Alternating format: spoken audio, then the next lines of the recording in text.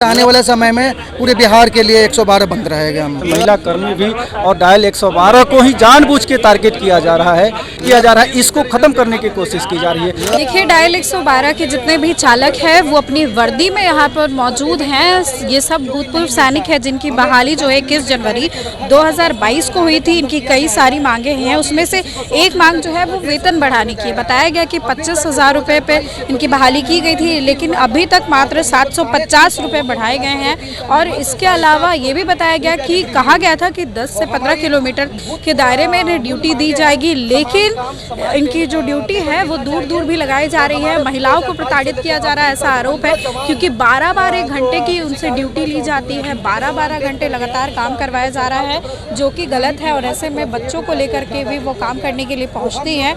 हम ये आपको पोस्टर दिखाना चाहेंगे जिस पर कई सारी चीज़ें लिखी हुई है। इमरजेंसी रिस्पॉन्स सपोर्ट सिस्टम जो है उसका शॉर्ट फॉर्म है ERSS।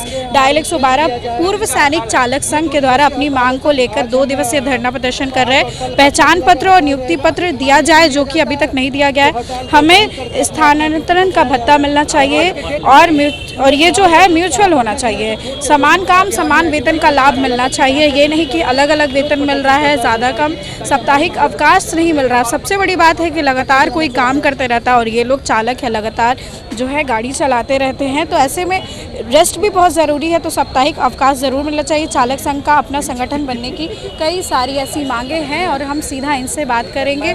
क्या प्रमुख मांगे हैं आप लोगों?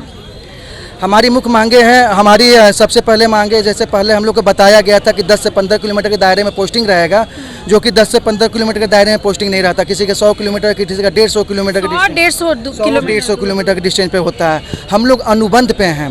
2022 से 112 में हम लोग तत्पर काम कर रहे हैं। जैसा कि आपने देखा है कि आपको भी पता है और सरकार भी इसकी सराहना की है 112 की, और प्रशासन की तरफ से भी सराहना मिला है कि लगभग 80% का ग्राफ जो है क्राइम में कंट्रोल हुआ है। तो कंट्रोल के कारण है 112। आज के डेट में बच्चा भी कहीं किसी झगड़ा होता है या कुछ भी होता है तो 112 पे कॉल करता है। तो 112 पे हम लोग 10 से 15 किलोमीटर के अंदर में हम उसका समाधान करते हैं, साथ में जाते हैं समाधान के तुरंत पहुँचते 112। जी है। हमारी मांगे हैं, हमारी भूतपूर्व मांगे हैं, जो समान काम समान पेमेंट होना चाहिए, और अनुबंध पे हैं। हमें वेतनमान किया जाए, और हर जगह हर बिहार में ही छोड़ के भूतपूर्व सैनिक का हर जगह कम से कम 10% से 15% का आरक्षण है, लेकिन बिहार में भूतपूर्व सैनिक का कोई भी आरक्षण नहीं है। तो आरक्षण की भी मांग कर रहे हैं? आरक्षण के भी मांग है जी मैम।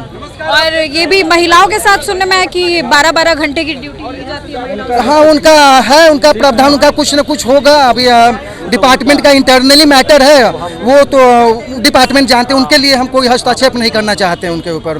ये हमारा अपना मैटर है, हम अपने ऊपर बोलते हैं। उनका डिपार्टमेंटल काम है, वो उसके ऊपर हम कुछ नहीं टिप्पणी करना चाहते हैं। 2 दिवसीय धरना, और अगर बात नहीं सुनी जाती है?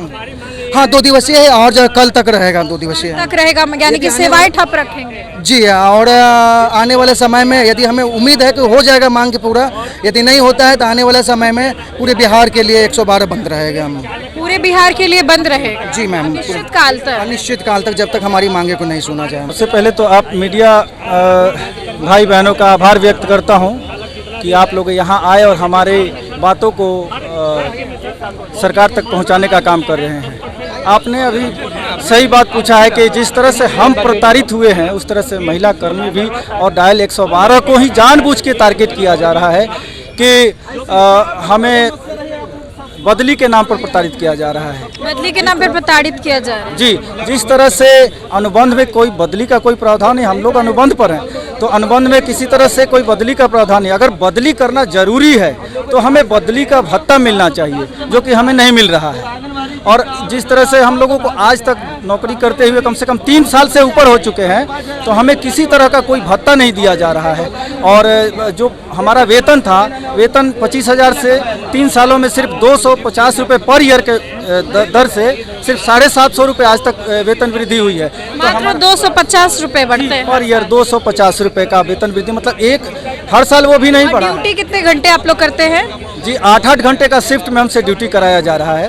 तो सभी ड्यूटी के दौरान हम अपने तत्पर, अपने कर्तव्य निष्ठा से बिल्कुल पीछे नहीं हटते हैं। और एक चालक का ही नहीं, एक बल का भी ड्यूटी हम लोग करते हैं। जहाँ कहीं कोई घटना होती है तो एक चालक के साथ साथ हम लोग एक बल का कार्य करते हैं, वहाँ पे घटना पे जाके और लोगों को त्वरित पहुँच करके और उनको इसका लाभ पहुँचाते हैं। और इस चीज़ को लेके हम लोग कई बार अपनी मांगों को लेकर सीनियर एसपी से भी मिले, तो उन्होंने हमारी मांगों को मानने से साफ इनकार कर दिया। तो ये एक जिस तरह से तुगलकी फरमान महिलाओं को भी 12-12 घंटे, जिनके छोटे छोटे बच्चे हैं जो अपने परिवार को चला रहे हैं, तो अपने परिवार को देखते हुए ड्यूटी 12-12 घंटे, जो प्रेग्नेंट लेडीज़ हैं, गर्भवती महिलाएं हैं, ड्यूटी वो कैसे 12 घंटा ड्यूटी करेंगी। तो साथ 12 घंटे ड्यूटी कैसे? जी, पूरे 112 को टारगेट किया जा रहा है, इसको खत्म करने की कोशिश की जा रही है।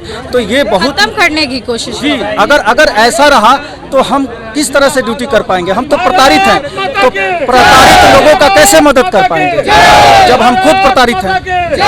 तो ये सरकार से हमारी मांग है कि हमारी मांगों को सुना जाए।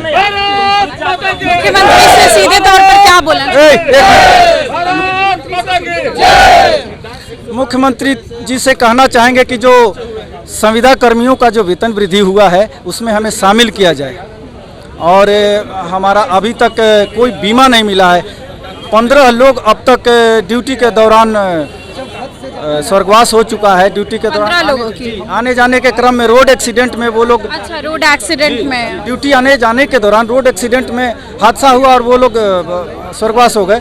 तो उनको किसी तरह का कोई लाभ नहीं मिला है, ना ही उन्हें कोई बीमा मिला है हम लोगों को अभी तक, ना ही हमारा कोई नियुक्ति पत्र मिला है, ना पहचान पत्र मिला है। और ऊपर से ये प्रताड़ित करने वाला आदेश कि हमको भर्ती करने के टाइम कहा गया था कि 15-20 किलोमीटर के दायरे में दिया जाएगा और 150 किलोमीटर में दूरी में ड्यूटी दी जा रही है, जो कि पॉसिबल है। हमसे कहा गया था कि आपको 30 किलोमीटर के दायरे में रखेंगे सीनियर एसपी साहब के द्वारा, लेकिन वो भी नहीं, हम लोगों को इतना दूर दूर भेजा जा रहा है। तो यदि दूर भेजना इतना ही जरूरी है तो उसका भत्ता मिलना चाहिए। देखिए, अपनी बातों को रख रहे थे। इनका साफ कहना है कि 15-20 किलोमीटर की बात कही गई थी, लेकिन 150 किलोमीटर दूर जो है वो ड्यूटी दे दी जाती है। और ऐसे में बता दें कि डायल 112 के जो चालक हैं, इनका बहुत महत्व है, क्योंकि डायल 112 की जो गाड़ी है वो कभी भी इमरजेंसी की जो बात रहती है तो सीधे तौर पर डायल करने पर पहुँचती है। अपराधियों को थाने पहुँचाना हो या फिर घायलों को अस्पताल पहुँचाना हो, और उसके लिए। और ये सभी जो है वो भूतपूर्व सैनिक है जो कि अपनी अपनी वर्दी में मौजूद है। सबकी वर्दी पर उनका नाम लिखा हुआ है। राहुल सिंह है, उमर शंकर है, और सब भारत माता का झंडा लेकर, यानी इंडिया का फ्लैग लेकर के यहाँ पर मौजूद है। अपनी बातों को रख रहे हैं। हाथों में तख्ती है कि डायल 112 चालक दल एकता जिंदाबाद, और समान काम समान वेतन मिलना चाहिए। हम इनसे भी बात करेंगे। आप क्या बोलना चाहेंगे? देखिए, हम लोग पुलिस विभाग के साथ काम कर रहे हैं डायल 112 में, जो कि इमरजेंसी गाड़ी है, और हर टाइप के केस में जाते हैं हम लोग। किसी भी केस को मना नहीं करते हैं। इवन डिलीवरी केस तक आता है एम्बुलेंस के साइड से कि एम्बुलेंस प्रोवाइड किया जाए, तो वैसे केस भी हम लोगों ने हॉस्पिटल तक पहुंचाया है। और जब एक वर्दी के साथ हम लोग काम कर रहे हैं तो ये धरना हमारा शांतिपूर्वक है, क्योंकि हम लोग ऑलरेडी वर्दी धारण में हैं।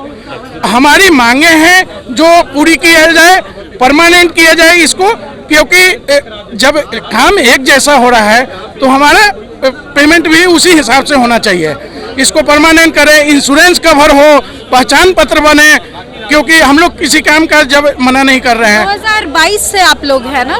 2022 से हैं, कुछ 2024 में भी हुए थे, जो कि अभी जबरदस्ती ट्रांसफर कर दिया गया है। किसी को 50 किलोमीटर, किसी को 150 किलोमीटर।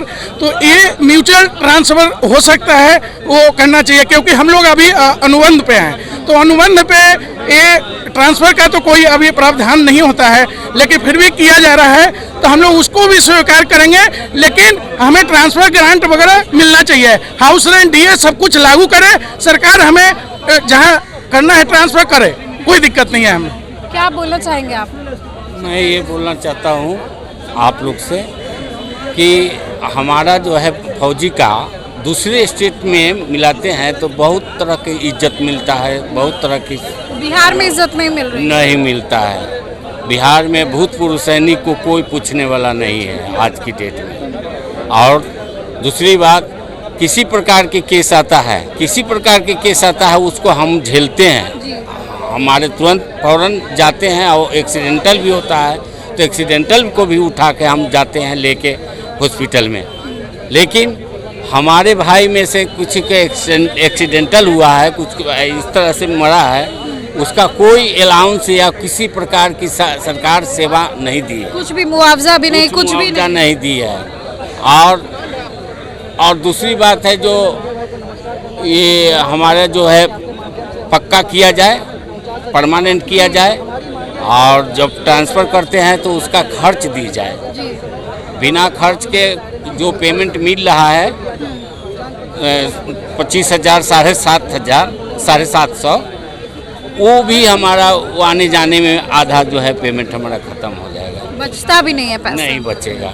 तो हम इस प्रकार के काय ड्यूटी करेंगे। देखिए, हमने भूतपूर्व सैनिकों से बात की जो कि डायल 112 में काम कर रहे हैं। इनका साफ कहना है कि ट्रांसफ़र अगर हो रहा है तो उसका भत्ता मिलना चाहिए और म्यूचुअल ट्रांसफ़र होना चाहिए। 22,000 750 रुपये इन्हें जो मिलते हैं वो काफ़ी कम है, और दूसरी तरफ से परमानेंट भी कर देना चाहिए। और सब अपनी मांगों को लेकर 2 दिवसीय धरना प्रदर्शन कर रहे हैं, और ऐसे में सेवाएँ जो है वो ठप रहेंगी। आगे जो भी अपडेट्स होंगे हम आपको देते रहेंगे। कैमरा पर्सन मंटू के साथ मैं वैष्णवी, देशवा न्यूज़, पटना।